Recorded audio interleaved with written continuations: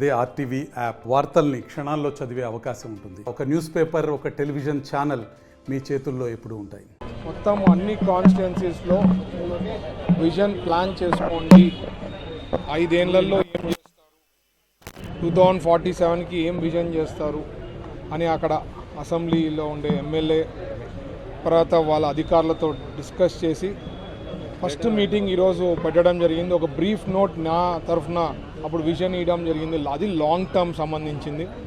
ఈరోజు అన్నీ డిస్కస్ చేసిన తర్వాత షార్ట్ టర్మ్ అంటే 5 ఇయర్స్లో ఏమేమి సాధించగలుగుతామో అవి ప్రాక్టికల్గా ఉండేవన్నీ కూడా ప్లాన్ చేయమని చెప్పడం జరిగింది.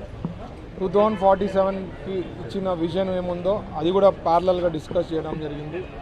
ఇవి మాట్లాడుతున్నప్పుడు వేరియస్ ఇష్యూస్ మనం డిస్కస్ చేసి దానికి ఒక డేట్స్, ఒక ప్లానింగ్ అనేది ఉండాలని చెప్పినాం. కొంతమంది షార్టేజ్ ఆఫ్ పీపుల్ ఉన్నాయని చెప్పడం జరిగింది. ఇవన్నీ కూడా సెట్ చేసే దానికోసమే మనం విజన్ పెట్టుకొని అందరూ కూడా ఒకసారి ఒక కరెక్ట్ విజన్ ఆ కాన్స్టిట్యున్సీకి ఉందంటే వర్క్ చేసుకునేకి అధికారులకు కానీ ఏ దానికి ఇంపార్టెన్స్ ఇచ్చేదానికి ఒక క్లారిటీ ఉంటుంది. కాబట్టి ఈరోజు ఆ మీటింగ్ పెట్టడం జరిగింది. త్రూ అవుట్ ద స్టేట్ కూడా చంద్రబాబు గారు నిన్న కూడా అందరితో వర్చువల్ కాల్ తీసుకోవడం జరిగింది.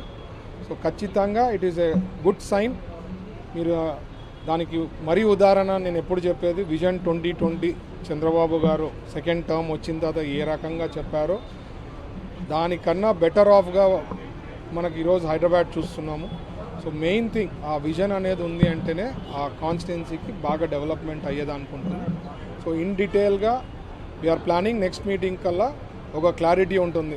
ఈ 5 ఇయర్స్లో ఏమేమి చేయబోతున్నాం, 2047లో ఏమేమి చేయబోతున్నాం, అలాగే నేను ఇచ్చిన సూపర్ 6 ఫర్ కర్నూలు ఏముందో అవి కూడా తీసుకొని ఒక ప్లాన్గా పోతామని. Thank you.